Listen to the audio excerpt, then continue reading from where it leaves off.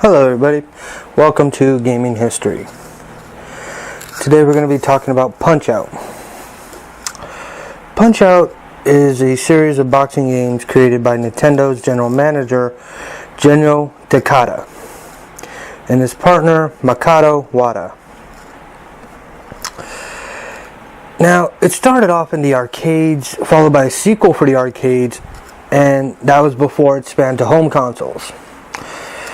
And the home console version of NES Punch-Out!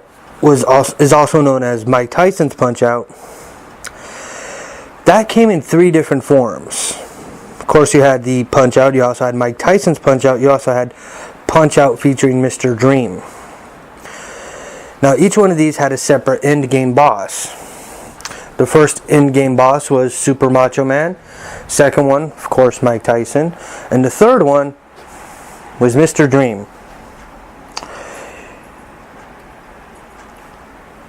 Punch-Out! It's had a bit of a history when it comes to its choice of backgrounds for their characters.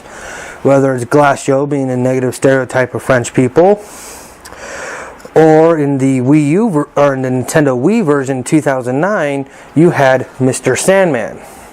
Mr. Sandman was, in my opinion, as well as many others, and it's most likely fact, based off Joe Frazier. Boxer with no negative stereotypes, extremely tough, and from Philadelphia, Pennsylvania. Now, the last Punch-Out! Game was Doc Lewis's Punch-Out!. It featured a fight with Little Mac and his mentor, Jerome Doc Lewis. I guess they were fighting for a bicycle or something. It was really, and there was a spin-off of Punch-Out! Called Arm Wrestling. Arm Wrestling was released only in North American arcades, and it was Nintendo's last arcade that they independently developed and created themselves. Now, there has not been a Punch-Out! Game since Doc Lewis's Punch-Out! In October 27, 2009. And that's a really long time for any franchise to go without a game. I personally would like to see Punch-Out! For the Wii, but instead they'd rather have ribbon-armed fighters.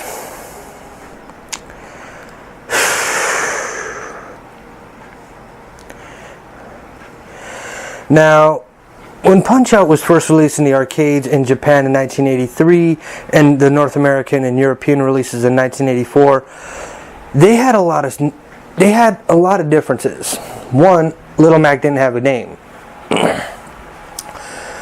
Two, the style of boxing that it was, or the type of visuals that you would see, was different than most other boxing games at that time. Granted, there wasn't much. There was boxing on the Atari, in which you look like Geodude and Mr. Game & Watch crab walking, trying to punch each other.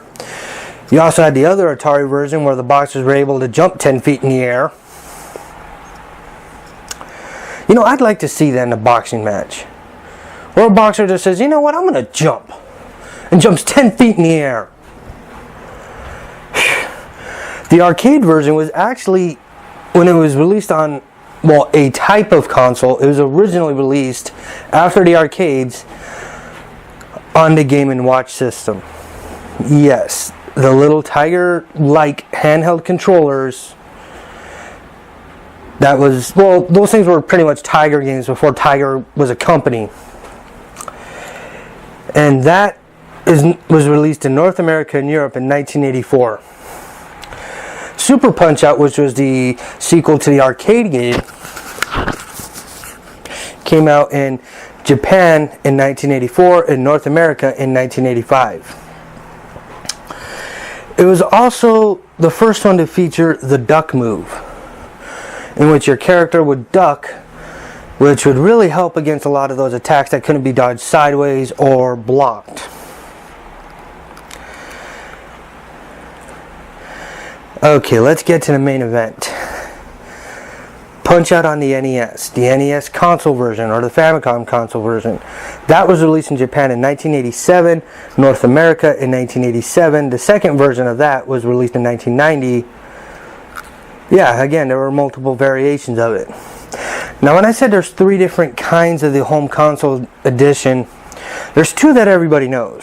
Mike Tyson's Punch-Out, and of course, Punch-Out featuring Mr. Dream. The one where Super Macho Man is the final boss is in a gold version. Yes, a gold cartridge edition of Punch-Out. But it was only given out to Golf US Course Famicom Tournament winners. In other words, extremely rare. Probably never going to find it. And if you do, there's like a 99.999% odds that it's a fraudulent copy.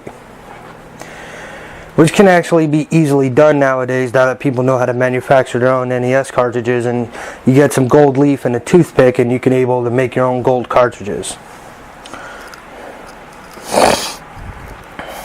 Yeah. Now, when it comes to this particular version, they hybrided a lot of things from the first 2, took out a lot of characters, changed some characters, and added some stuff to it. Now, let's talk about Little Mac. Not much is known about him. You know, trying to find his backstory is kind of a, you know, it delves into the realm of fan fiction of a scrappy young character from Bronx, New York, who always wanted to be a fighter. He always wanted to be a champion boxer. But he was always told, he's too little. Oh, you can't win, man. You're just a Little Mac. You can't compete in boxing. You're just a Little Mac. You need to be a Big Mac. Little Mac said, I'm not going to be a hamburger. I'm going to go out there and I'm going to got guts and determination to do it. And that thus setting him off. Nobody believed in Little Mac. Everybody said, you're too little. You're too little. Look at King Hippo. He'd probably eat you. There was one man that believed in him. That man goes by the name of Jerome, but everybody calls him Doc. Former world heavyweight champion himself. He has since, by the years, retired and now owns a chocolate factory. He decided to step out of the CEO boardroom and once again train a young mind to be a boxer. He gave Little Mac his old sweater, his old sweatpants combination, bright pink. Don't know why it was pink, but oh well. And he told Little Mac, you got to be able to keep pace with me on a bicycle. And as they did that all throughout New York City, Little Mac trained hard. And then came the day where he would start his very first career. His first opponent, Glass Joe, the negative stereotype from France. He was taken down without a problem. Little Mac, joyous in his celebration, kept thinking, if these are my opponents, I'm gonna just walk right up to the world title and might as well just take it now. Luckily, he had Doc on him, where Doc said, Little Mac, don't be dumb. He's only won one match in his entire career. 99 losses. Quite frankly, I don't know why he's still boxing. 99 losses, you have some kind of concussion there at that point. So Little Mac decided to hit the training again under Doc's advice. He would roll through everyone. And then came the day where he came across a veteran. A person who's been there from the very beginning, since the arcade days, by the name of Bald Bull. His bull rush charge left a hurting on Little Mac. But Little Mac persevered. And like as you play in the game, you listen for the visual and audio cues. And that's when Little Mac can bring his boxing style to his opponent to take the victory. When I talk about boxing style, there are three major styles of boxing. You have the Mike Tyson style powerhouse, which often do away with finesse and defense for strong attack. You have the Muhammad Ali style, which is the finesse style, where they prefer to stand a couple steps back from their opponent, wait for their opponent to make a mistake and capitalize on it. This oftentimes overpowers the powerhouse. But Little Mac style is known as the swarmer, where they stand on their ground, not having too much agility, but swarming with quick jabs, quick crosses, quick uppercuts to take their opponent off guard. Now these punches aren't strong, but there's a lot of them. This does not play favor to Little Mac as he went to challenge Mike Tyson. Because as Doc told him, it's a series of rock, paper, scissors for the most part. Anything can happen. And Little Mac's style is often wrecked by the powerhouse. Again, no finesse, no dodging. Your dodges are small and the powerhouse can detect that and swarm in quick with a powerful jab uppercut. So Little Mac's back was against the ropes to begin with. But Little Mac was used to it. He's always had that. He's always had his back against the wall. As a matter of fact, that's a way to beat Mike Tyson. There's some advice on that game if you have never beaten it. Do not play Little Mac's style of boxing. You play the Ali style. You play defensive. You do little dodges, little ducks and dives.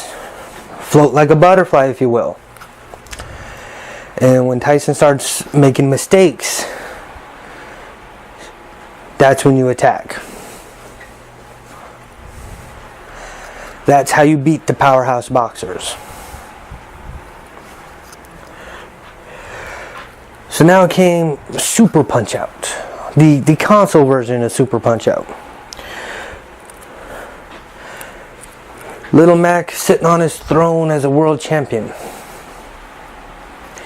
decided to retire early. Relinquished his world heavyweight championship.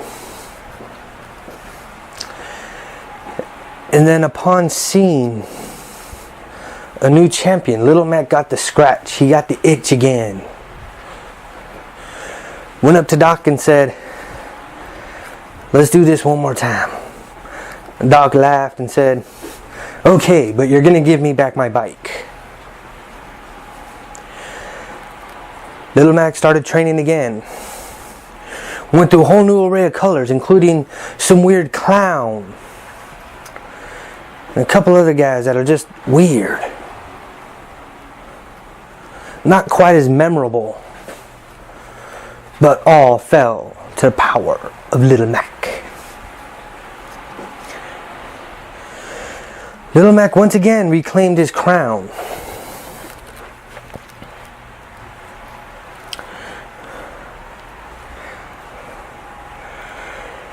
But he couldn't help but think, what a vast array of forgettable characters. Now for those of you interested, Super Punch-Out was released on several consoles.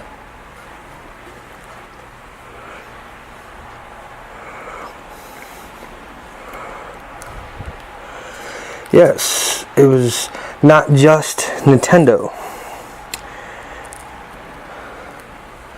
This was released also on the Amstrad CPC, Commodore 16, the Commodore 64, the Commodore Plus/4, MS-DOS, and ZX Spectrum. Of course, I'm talking about the arcade Super Punch-Out, not the console version.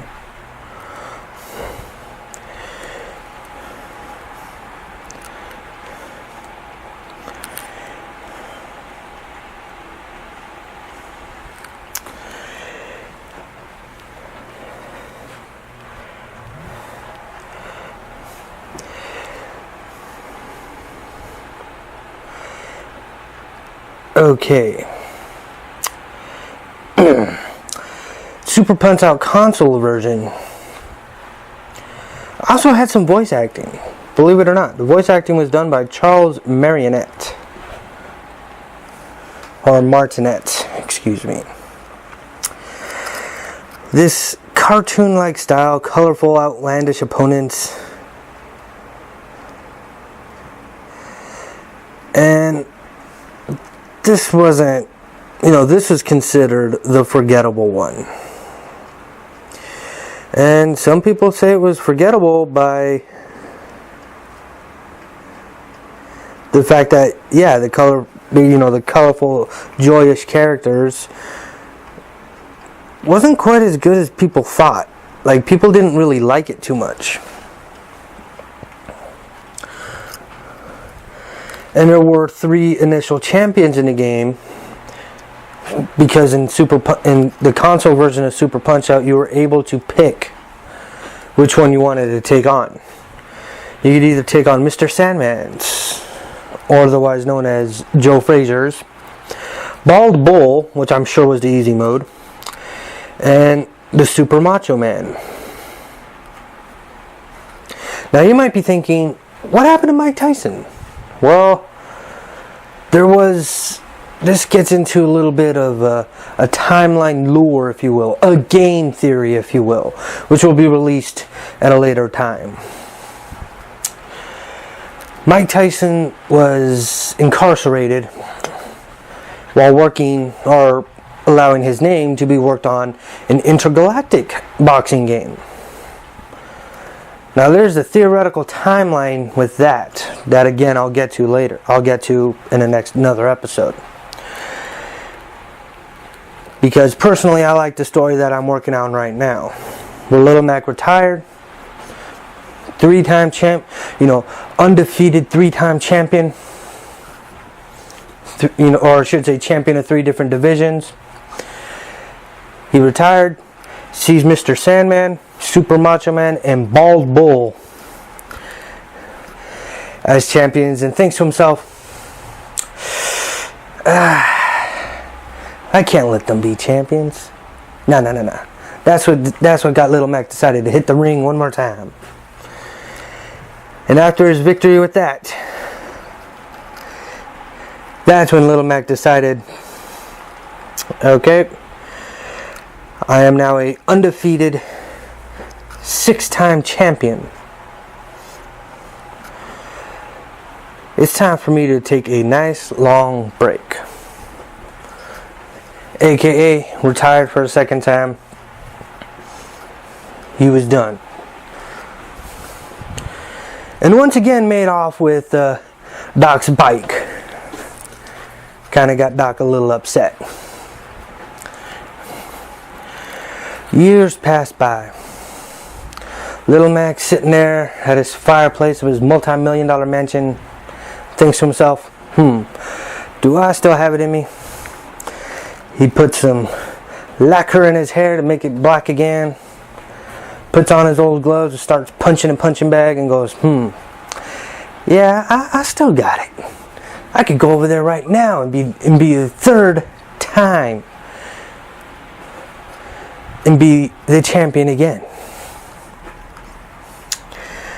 Problem was, this had been a decade, actually over a decade, since his last time in boxing.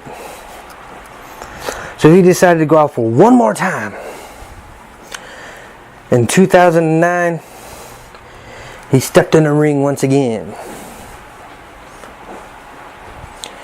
With his old coach Doc by his side, he hit the circuits. Well, once again, you had 3 champions. Mr. Dream, Mr. Sandman. Actually, it was a random assortment. It would be pretty much random who you would get as a champion. But in the one that I played, I got Mr. Sandman, one of my favorite characters anyway. So as Little Mac, he saw a new array of characters, as well as his old comrades that he'd beaten before, such as Soda Popinski and King Hippo, and thought to himself, wait, why is Glass Joe still here? Why is he still here? He's been boxing for almost 20 years. Did he quit for a while and then come back? I don't know. But as in the last histories, Little Mac once again conquered. He then decided that he's actually going to defend his championship. Because Doc told him, as soon as you got the belt, the rest of the time, as soon as you got the belt, you retired immediately.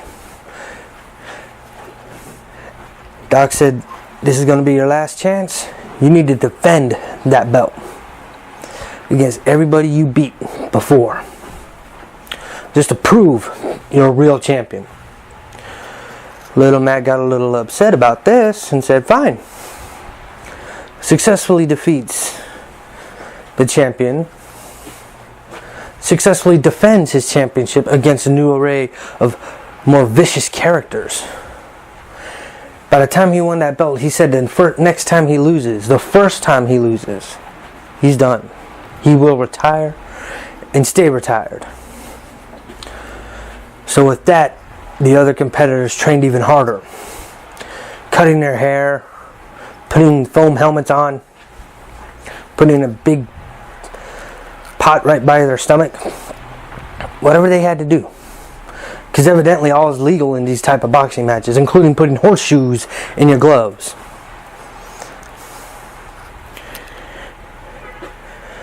After Little Mac defeated him, he beat them all again. Little Mac, full of cockiness, wiped his nose and said, who's next? Then, out of the darkness, you hear a gorilla scream. And then, you hear the footsteps. Boom, boom, boom, boom. Hands slapping the ground. Earth shaking the earth. And up comes Donkey Kong. Donkey Kong looks at Little Mac and says, yes, Donkey Kong speaks English now. He said, looks like you've done pretty good for yourself on your comeback. But now, I'm going to train you for a real fight. Little Mac gives it everything he got. He gives it everything he has against Donkey Kong. But unfortunately, Donkey Kong, far superior fighter. Again, he is a gorilla. But the gorilla takes pity. And he says, the point of training isn't to beat me. The point of training is to be better than you were before. As he stares down Little Mac across the ring, he says, he's sitting there telling him, you started to get cocky, a little arrogant. But now you're in the ring with me, an opponent you cannot beat. You gave it everything you had. I can see it in your eyes. You're exhausted. Meanwhile, my fur's not even ruffled. In your best day, you couldn't beat me and you know it. Little Mac breathes a huge sigh because reality hit him. That he cannot defeat Donkey Kong. Donkey Kong then approaches Little Mac. Little Mac shrugs it off and decides, if I'm going to go out, I'm going to go out swinging. Hits him with everything he's got. And it does absolutely nothing. Little Mac falls on Donkey Kong's shoulders, completely exhausted. Donkey Kong picks him up, drapes him over his shoulder, and jumps off into the crowd.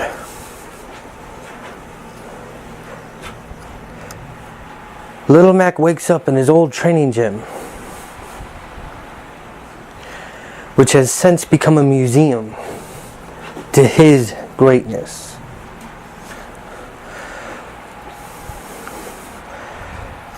Donkey Kong cleaning up the place, making sure it's all nice and pretty for some reason, invites him to a tournament. A different style of fighting, where he will face a more variety of colorful characters, none of which will truly be forgettable.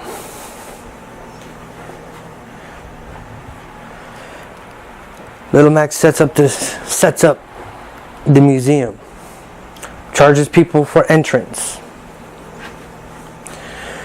and runs off to train for the Smash Brothers tournament. Meanwhile, Doc, wondering what happened to his little champion, and thought to himself, you know what? He's probably going to enter him in that Smash Brothers. Ugh. Good luck with that. Starts to walk into the museum to get a stroll down memory lane. He looks around, smiling, remembering all the good times he had, remembering everybody put Little Mac down. Now he was the only one that believed in him. And something catches his eye. He walks over to this mysterious item. Sees that it's the same bicycle that he trained Little Mac with. And he thinks to himself, that son of a bitch stole my bike. This time Doc is infuriated. He is highly upset that once again Little Mac has stolen his bicycle. Except this time he welded it to the wall, preventing him from ever retrieving it again. Doc decides, well, if he's going to try to come back, I'm going to come back to boxing and take his title. And thus setting up for Little Mac to come once again, answering the call to face his former trainer.